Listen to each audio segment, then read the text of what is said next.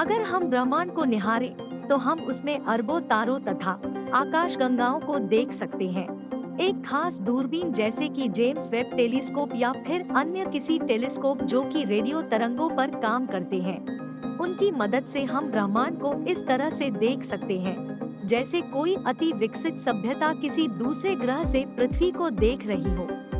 इसी कड़ी में आज हम आपको एक ऐसे आयाम की ओर लेकर जाने की कोशिश करेंगे जहां आप पहली बार अपनी पड़ोसी आकाशगंगा, जिसे Andromeda Galaxy, earth from Andromeda Galaxy भी कहते हैं, उससे अपनी मिल्की वे आकाशगंगा और पृथ्वी कैसी दिखाई देती है, इस दृश्य की कल्पना करेंगे और देखेंगे कि क्या 25 लाख लाइट ईयर दूर किसी दूसरी आकाशगंगा से पृथ्वी को देखा और समझा जा सकता है। क्या ये संभव भी है?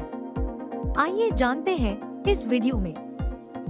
लेकिन वीडियो को शुरू करने से पहले मैं नितिका और मैं अयाश, हम आप सबका स्वागत करते हैं हमारे इस चैनल द नॉलेज टूर पर। आगे जाने से पहले हम आप सबसे रिक्वेस्ट करते हैं कि प्लीज हमारे चैनल को लाइक, शेयर और सब्सक्राइब जरूर करें।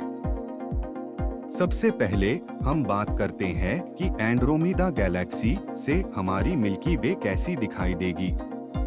चलिए अब हम यह मानकर चलते हैं या फिर सिर्फ आप कल्पना कीजिए कि आप अब एंड्रोमेडा गैलेक्सी में किसी ग्रह पर रहते हैं और टेलीस्कोप से ब्रह्मांड को निहारते हैं, तो आपको कई गैलेक्सी देखने को मिलती हैं।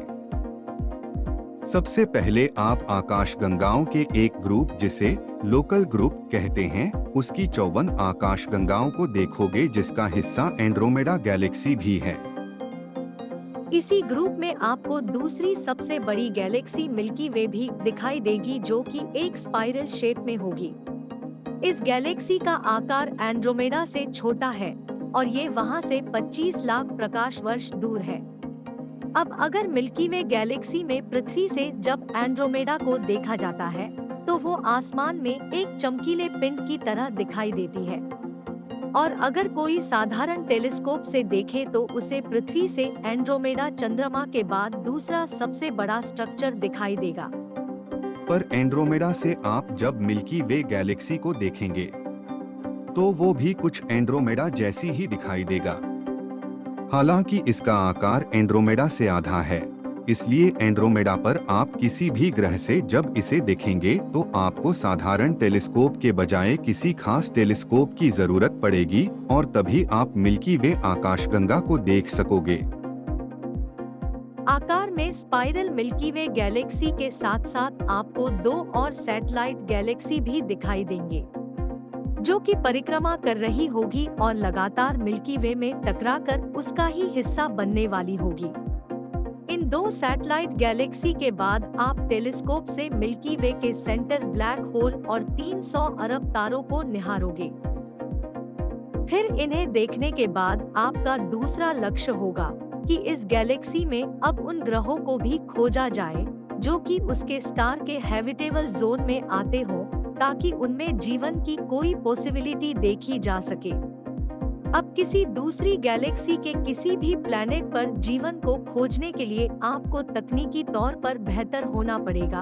आपकी सभ्यता को बहुत एडवांस स्टेज में होना पड़ेगा, तभी आप मिल्की वे गैलेक्सी के ग्रहों को एंड्रोमेडा से देख पाओगे। किसी भी गैलेक्सी में रहने वाली सभ्यता 3 वर्गों में बांटी जाती है, जो कि ऊर्जा की जरूरत पर निर्भर होती है। अगर आप एंड्रोमेडा गैलेक्सी पर रहते हैं और केवल अपने ग्रहों की ही ऊर्जा को ही पूरा प्रयोग करके सौरमंडल के दूसरे ग्रहों पर अपने प्रोब्स भेजते हैं, तो आपके लिए मिल्की वे गैलेक्सी पर प्लैनेट्स को खोजना बहुत ही ज्यादा मुश्किल होगा, और कहें तो शायद असंभव भी है। इतना ही नहीं, आप इस जेट पर केवल अपनी ही गैलेक्सी के स्टार्स और विशालकाय नेबुला को टेलीस्कोप की मदद से ऑब्जर्व कर सकते हैं। न ही आपके पास उतनी ऊर्जा है कि आप सुपर एडवांस स्पेसशिप बना सकें, जिसकी मदद से आप अपनी गैलेक्सी के ही दूसरे तारों पर जा सकें। एक गैलेक्सी में तारे जो कि बहुत पास दिखाई देते हैं, असल में इतने दूर हैं कि टाइप 1 सभ्यता को एक तारे से दूसरे तारे पर जाने में ही लाखों साल लग सकते हैं। एक प्रकाश वर्ष यानी 10 खरब किलोमीटर दूर कोई अंतरिक्ष मिशन करना भी इस स्टेज पर मुश्किल है।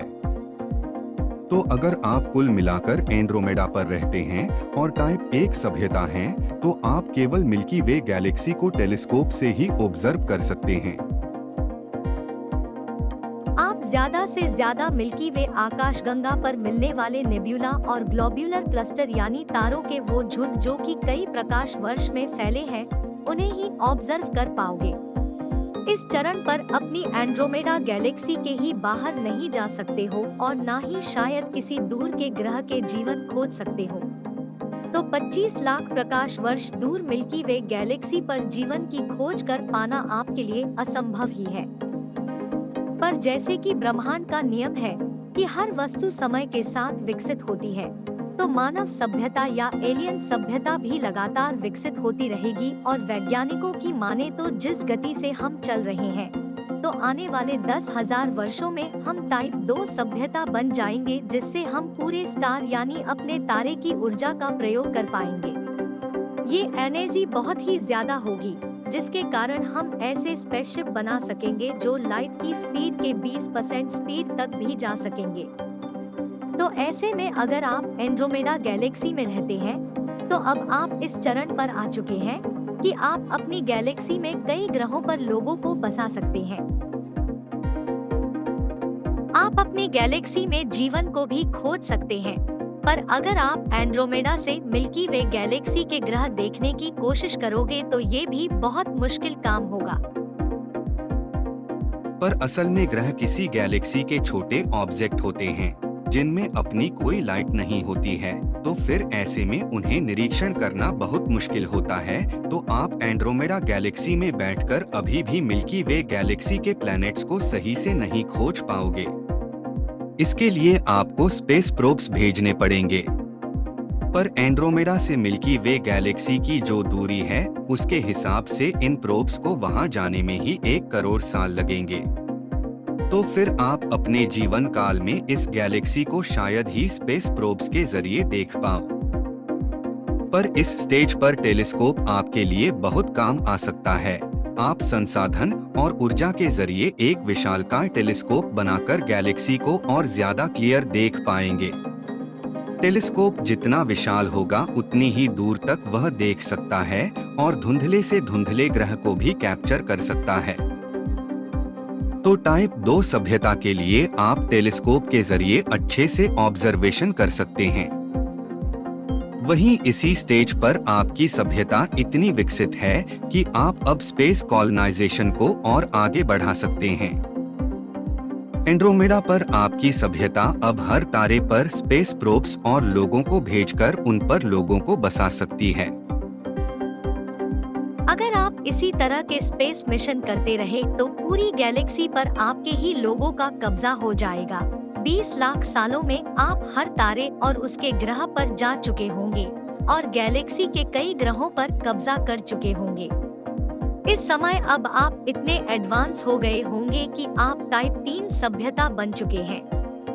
अब आपके पास पूरी गैलेक्सी पर कंट्रोल है और पूरी गैलेक्सी तक की ऊर्जा को आप प्रयोग कर सकते हैं। इस स्टेज पर जाकर ही अब मिल्की वे गैलेक्सी पर आसानी से जाकर के उस पर उन ग्रहों को खोज सकते हैं जहां जीवन हो सकता है। पर पृथ्वी को ऑब्जर्व करने के बाद अब ये आपके ऊपर डिपेंड करता है कि आप इस ग्रह का क्या करेंगे। अगर पृथ्वी पर आज ही आ जाते हो तो आप इतने एडवांस हैं कि आपको इस ग्रह पर जीवन खोजने और उसके रिसोर्स का कोई फर्क नहीं पड़ेगा। ये ऐसा होगा जैसे कि आप एक इंसान हैं और पृथ्वी एक चींटी के बराबर है। 25 लाख प्रकाश वर्ष आप अगर एंड्रोमेडा आकाशगंगा में रहते हैं, तो इतनी दूर से आप किसी दूसरी आकाशगंगा के ग्रह को साधारण टेलीस्कोप से नहीं देख सकते हो। एक ग्रह के लिए उसका सूर्य ही उसका प्रकाश है जो आपके टेलीस्कोप में पड़ता है, जिससे फिर उस ग्रह की एक छवि आपके दूरदर्शी यंत्र पर बनती है। पृथ्वी को देखने के लिए आपको बेहद विशाल टेलीस्कोप की जरूरत पड़ने वाली है, जिसका आकार आपकी सोच से भी परे होगा। एक टेलीस्कोप का मिरर जितना विशाल होता है, उतनी ही दूर से आ रहे प्रकाश को वो साफ देख सकता है।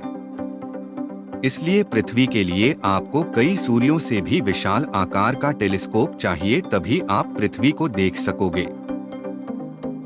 तो अगर हम टेलीस्कोप इक्वेशन को देखें और उससे 25 लाख प्रकाश वर्ष दूर एंड्रोमेडा से पृथ्वी को देखें, तो उसके लिए हमें कम से कम 1.6 लाइट ईयर के बराबर के व्यास का टेलीस्कोप बनाना होगा, जो 150 खरब किलोमीटर के बराबर है।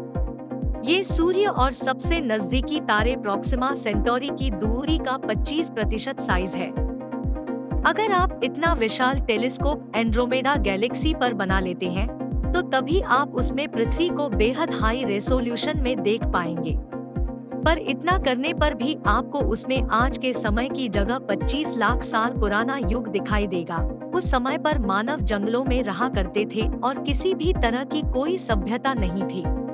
तो कुल मिलाकर के आप अगर एंड्रोमेडा गैलेक्सी पर हैं और दूसरी गैलेक्सी पर जीवन खोजना चाहते हैं, तो ये काम शायद ही आप अपने जीवन काल में कर सको। ऐसे में आपका क्या मानना है, हमें नीचे कमेंट कर जरूर बताएं। Thank you.